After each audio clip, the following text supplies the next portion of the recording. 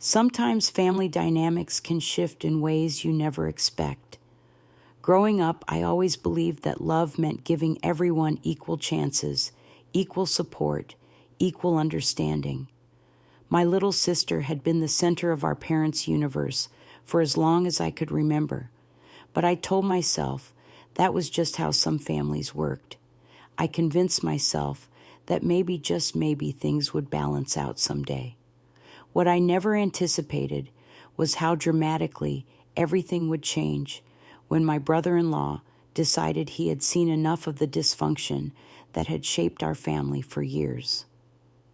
Before we dive into this story, I would love to know where you are watching from today.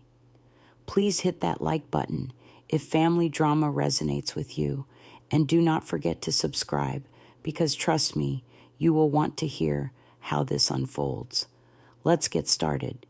I had been married to David for 3 years when the incident happened. We lived about 2 hours away from my childhood home, which felt like the perfect distance. Close enough to visit for holidays, far enough to maintain our sanity. My sister Emma was 22 at the time, fresh out of college, with a degree she had never used and no real plans for her future. While I had worked through school and taken out student loans, Emma's education had been fully funded by our parents. While I had moved out at 18 and learned to budget groceries and pay utilities, Emma still lived at home, rent-free, with her laundry done and meals prepared. The contrast had always been stark, but I had learned to accept it. Emma was 7 years younger than me, and our parents always explained their different treatment by saying she needed more support. They said I was stronger, more independent, more capable of handling life's challenges. For years, I believed this was a compliment.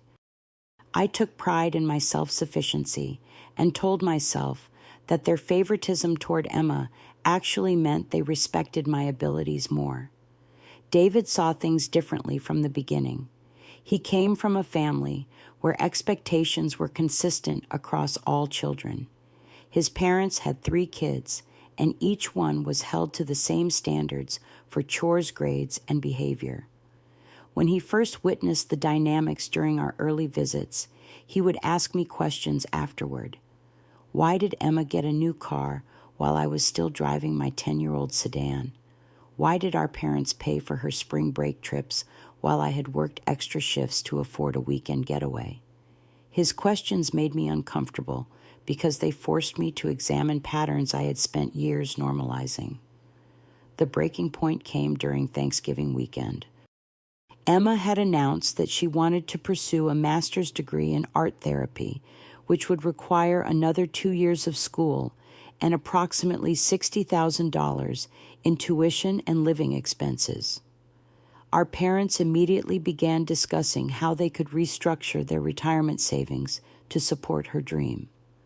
Meanwhile, David and I had been saving for a down payment on our first house for over 2 years, putting aside every extra dollar and declining social invitations to stay within our budget. During dinner, Emma complained about how unfair it was that her college friends were already working and making money while she was stuck trying to figure out her passion. She said she envied people who just knew what they wanted to do with their lives.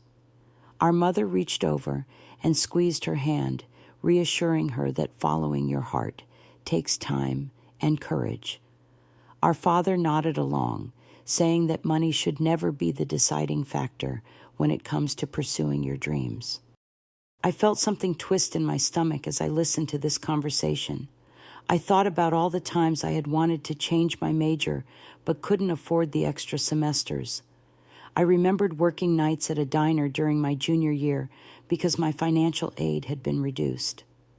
I thought about the phone calls I had made to our parents during those difficult months, hoping for some help, only to be told that struggling builds character and that I would appreciate my success more if I earned it myself. David noticed my expression and placed his hand on my leg under the table.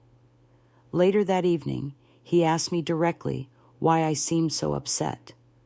I found myself crying as I tried to explain that I was not upset about Emma getting help. I was upset about the double standard that had existed our entire lives. I was upset that my struggles had been treated as character-building experiences, while Emma's struggles were treated as problems to be solved with money and support. The situation escalated 3 weeks later when Emma called me in tears. She had been accepted into the graduate program, but the financial aid package was smaller than expected. She needed an additional $15,000 beyond what our parents could provide. She wanted to know if David and I could loan her the money. She promised she would pay us back as soon as she graduated and found a job in her field. I was stunned by the request.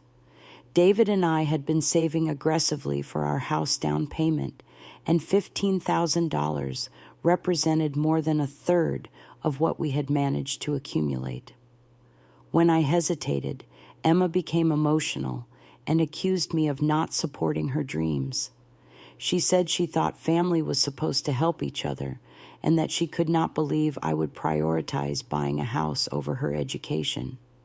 I tried to explain that the house was not just a purchase for us, but a foundation for our future family. David and I had been trying to conceive for 8 months, and we wanted to be in a stable home before bringing children into our lives. Emma dismissed this concern, saying that houses would always be available, but this graduate program acceptance was a once-in-a-lifetime opportunity. When I suggested that she might consider working for a year to save money or attending a less expensive program, Emma accused me of being jealous of her opportunities. She said, I had always resented that our parents supported her more than they had supported me. She claimed that I was trying to sabotage her future because I was bitter about my own past experiences. That conversation ended with Emma hanging up on me. Within hours, I received calls from both of our parents. They had been given Emma's version of events, which apparently painted me as selfish and unsupportive. Our mother told me that she was disappointed in my attitude and that family should always come first. Our father said he understood that David and I had financial goals, but that Emma's education was an investment in her entire future. Neither parent acknowledged that they had never offered to help with our house down payment. Neither mentioned that they had never offered financial support during my own educational struggles.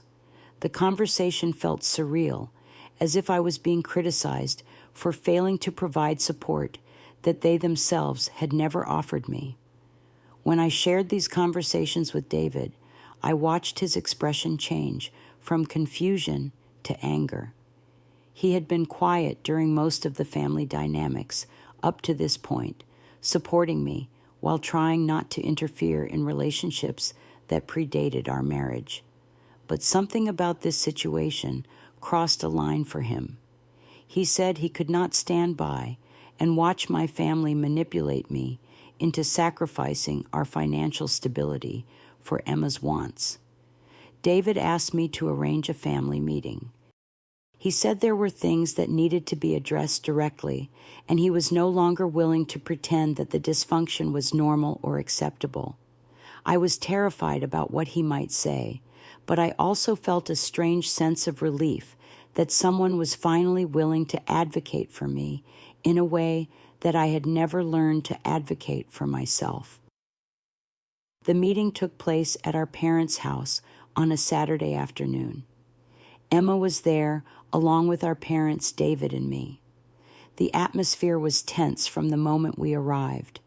Emma barely acknowledged us, and our parents seemed defensive before any conversation had begun. David started by thanking everyone for agreeing to talk. He said he understood that family relationships were complicated and that he had tried to stay out of family business as much as possible. But he explained that the recent request for money had forced him to address patterns that were affecting our marriage and our future. He laid out the financial disparity in clear terms. He mentioned that Emma's college education had been fully funded while I had taken out loans that we were still paying off. He pointed out that Emma had been living at home rent-free for 4 years since graduating high school, while I had been expected to be self-sufficient from 18. He noted that Emma's car insurance, cell phone, and health insurance were all paid for by our parents, while I had been responsible for my own expenses since leaving home.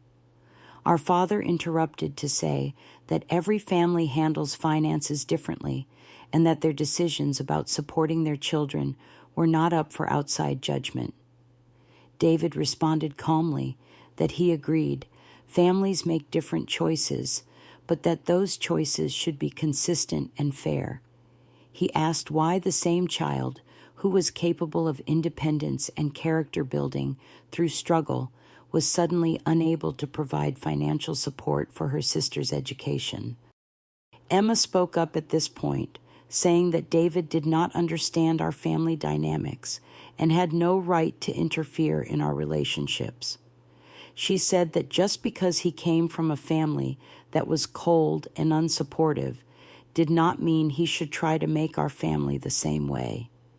This comment triggered something in David that I had never seen before. He responded with a level of controlled intensity that made everyone in the room sit up straighter. He explained that his family was not cold or unsupportive. His family was consistent and fair. He said that when his brother had needed help with college expenses, all 3 children had been offered the same level of support. When his sister had wanted to pursue an expensive graduate program, she had been expected to contribute to the costs through work and loans, just like her siblings had done. David then addressed Emma directly. He told her that she was 22 years old and had never experienced genuine independence or financial responsibility. He said she had been enabled to avoid the normal challenges of adulthood, which had prevented her from developing crucial life skills.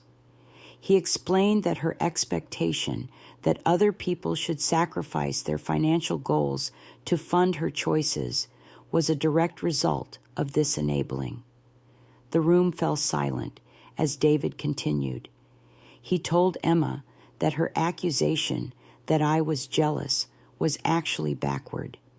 He said that I had been conditioned to accept less support and lower expectations, while she had been conditioned to expect unlimited support and accommodation. He explained that this dynamic was not healthy for either of us, but that it was particularly harmful to Emma because it was preventing her from becoming a capable adult. Our mother attempted to defend their parenting choices, saying that they had always tried to give each daughter what she needed. David responded by asking what exactly I had needed less of. He asked whether I had needed less financial support during college, less help with major expenses, less emotional support during difficult transitions. He asked what character deficits I had possessed that required me to struggle through challenges that Emma was being protected from.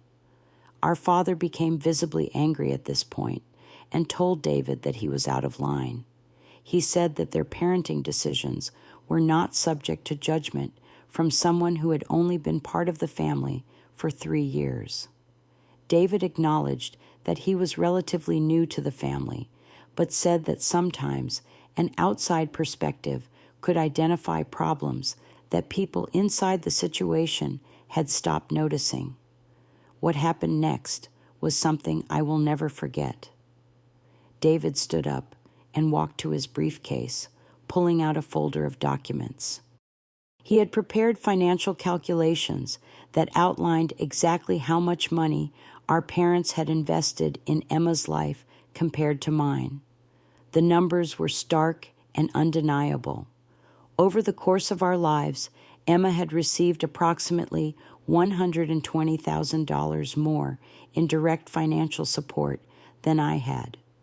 This included college tuition, housing costs, vehicle expenses, insurance premiums, medical costs not covered by insurance vacation funding, and miscellaneous expenses like clothing allowances and entertainment money. David presented these figures methodically and without emotion.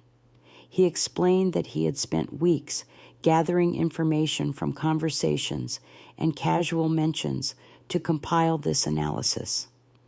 He had not intended to present it as an attack, but rather as evidence that the financial disparity in our family was not a matter of different needs or circumstances, but a matter of fundamentally different expectations and standards. Emma stared at the papers with her mouth open. Our parents looked shocked and somewhat defensive. Our mother said that they had never kept track of their spending in such detail, and that David's calculations might not be accurate. David responded that he would be happy to go through each item with them to verify the numbers. But the real turning point came when David addressed the core issue directly. He told our parents that their favoritism had damaged both daughters. He explained that I had internalized the message that I deserved less support and should expect to handle life's challenges alone. He said this had affected my self-esteem and my ability to ask for help, even in appropriate situations. Then he turned to Emma and delivered what he later called his reality check. He told her that she had been raised to believe that other people were responsible for funding her choices and solving her problems. He said this had prevented her from developing resilience, problem-solving skills, and the satisfaction that comes from achieving goals through personal effort. David explained that the current situation was a perfect example of this dysfunction. Instead of exploring options like working while attending graduate school, applying for scholarships, choosing a less expensive program, or waiting a year to save money, Emma had immediately turned to family members to solve her financial shortfall. When I had hesitated to provide the money, she had become angry and accusatory rather than understanding that $15,000 represented a significant sacrifice for us. He told Emma that her reaction revealed that she had never learned to consider other people's financial situations or to appreciate the weight of financial requests. He said she had been conditioned to see other people's money as an extension of her own resources, which was an unsustainable and unfair perspective. Our father attempted to interrupt, but David held up his hand and continued. He told Emma that if she wanted to be treated as an adult, she needed to start acting like one. This meant taking responsibility for her own financial choices, considering the impact of her requests on other people, and developing backup plans that did not depend on other people's sacrifices. David said that if Emma truly wanted to pursue graduate school, she had multiple options that did not involve asking her sister to sacrifice her own financial goals. She could work for a year to save money, attend school part-time, while working, apply for additional scholarships or grants, choose a less expensive program, or take out student loans like most graduate students do. The silence that followed was deafening. Emma looked like she had been slapped. Our parents appeared to be processing information they had never considered before. I felt simultaneously proud of David for articulating things I had never been able to express, and terrified about how this confrontation would affect our family relationships going forward. The aftermath of David's reality check was immediate and dramatic. Emma stormed out of the house, saying that she never wanted to see David again and that he had ruined our family. Our parents followed her outside, trying to convince her to come back and continue the conversation. When they returned an hour later, our father told David that he had crossed a line and that his analysis was inappropriate and hurtful. Our mother said that while some of his points might be valid, his approach had been harsh and damaging. David responded calmly that he understood they were upset, but that someone needed to address the situation before it caused more long-term damage. He explained that Emma's inability to handle his feedback was actually evidence of the problem he had been describing. He pointed out that a financially independent 22-year-old should be able to receive constructive criticism without storming out and cutting off communication. Our parents said they needed time to think about everything that had been discussed. David agreed that was reasonable, but asked them to consider one specific question during their reflection time. He wanted them to think about what message they were sending to Emma by consistently solving her problems with money, and what message they had sent to me by expecting me to solve my own problems through struggle and character development. The drive home was quiet. I was processing everything that had happened and trying to understand my own emotions. I felt validated by David's defense of me, but I also felt guilty about the pain this confrontation had clearly caused my family. David seemed to sense my conflict and asked me how I was feeling about everything. I told him that part of me wished he had not been so direct, but that another part of me was grateful that someone had finally acknowledged the dysfunction that had shaped my entire relationship with my family.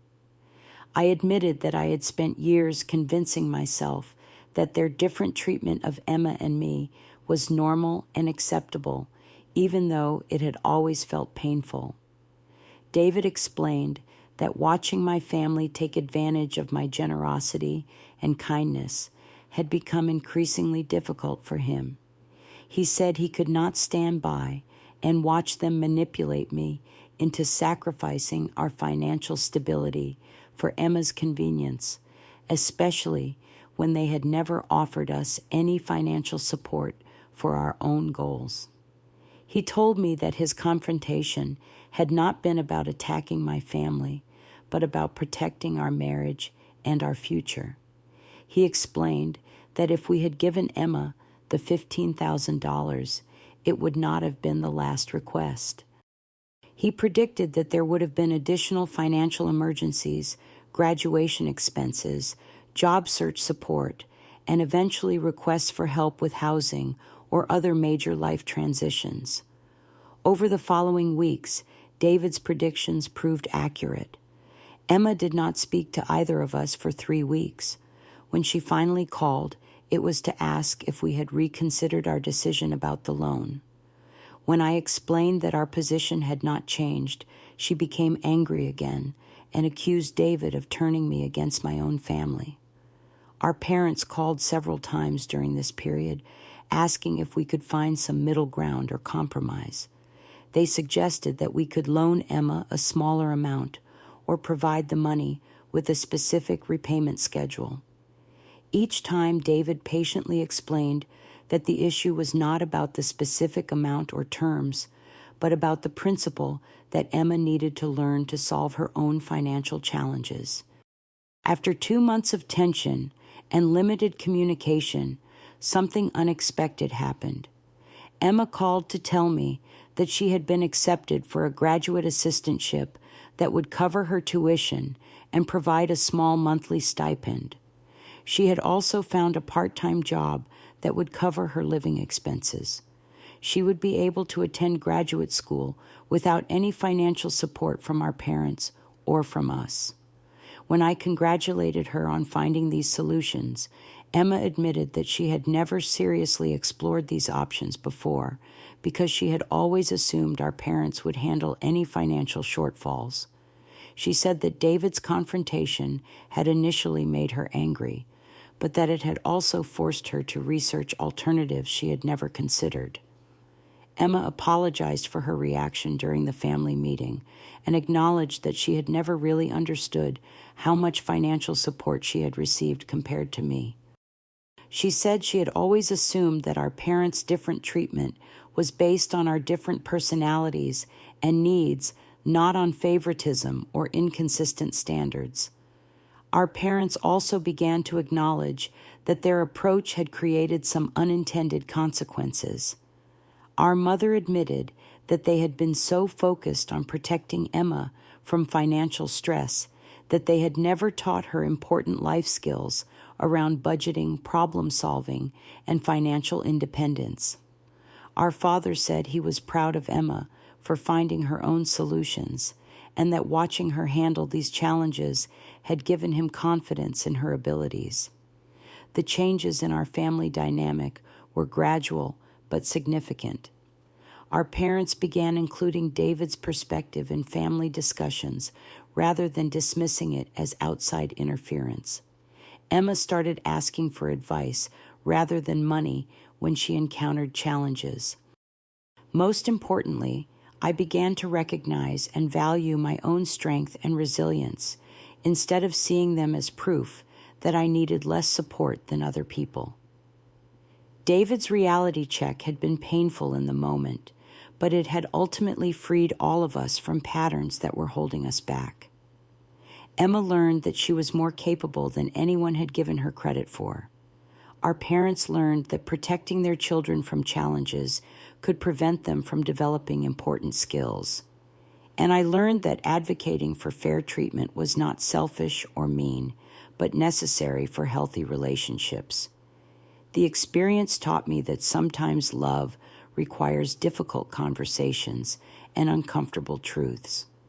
David had risked damaging his relationship with my family because he believed that honest communication was more important than temporary peace.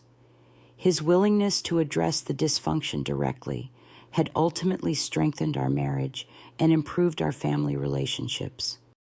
Looking back, I realized that the $15,000 loan request was never really about graduate school funding. It was about whether our family would continue to operate under a double standard that enabled some members while burdening others. David's intervention forced all of us to examine these patterns and make conscious choices about how we wanted to relate to each other going forward. Today, Emma is thriving in her graduate program and has become financially independent for the first time in her life. She often tells people that learning to solve her own problems was one of the most empowering experiences she has ever had. Our parents have developed a more balanced approach to supporting their adult children, offering guidance and emotional support rather than immediately solving problems with money. David and I were able to buy our first house 8 months later, and we are expecting our first child next spring. Sometimes the best thing someone can do for the people they love is refuse to enable their dysfunction, even when that refusal feels harsh in the moment. True support means helping people develop their own strength, not removing all challenges from their path. I learned that standing up for fair treatment does not make you selfish, and that accepting less than you deserve does not make you noble. Sometimes it takes an outside perspective to help you see patterns that you have learned to accept as normal. And sometimes the most loving thing you can do is set boundaries that force everyone to grow. Have you ever experienced favoritism in your family, or had someone in your life give you a reality check that changed everything? I would love to hear your stories in the comments below.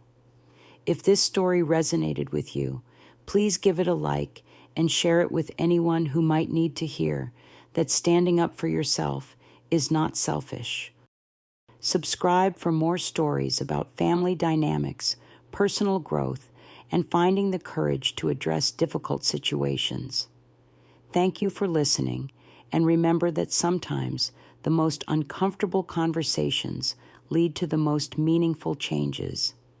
May you find the strength to advocate for yourself and the wisdom to know when love requires difficult truths.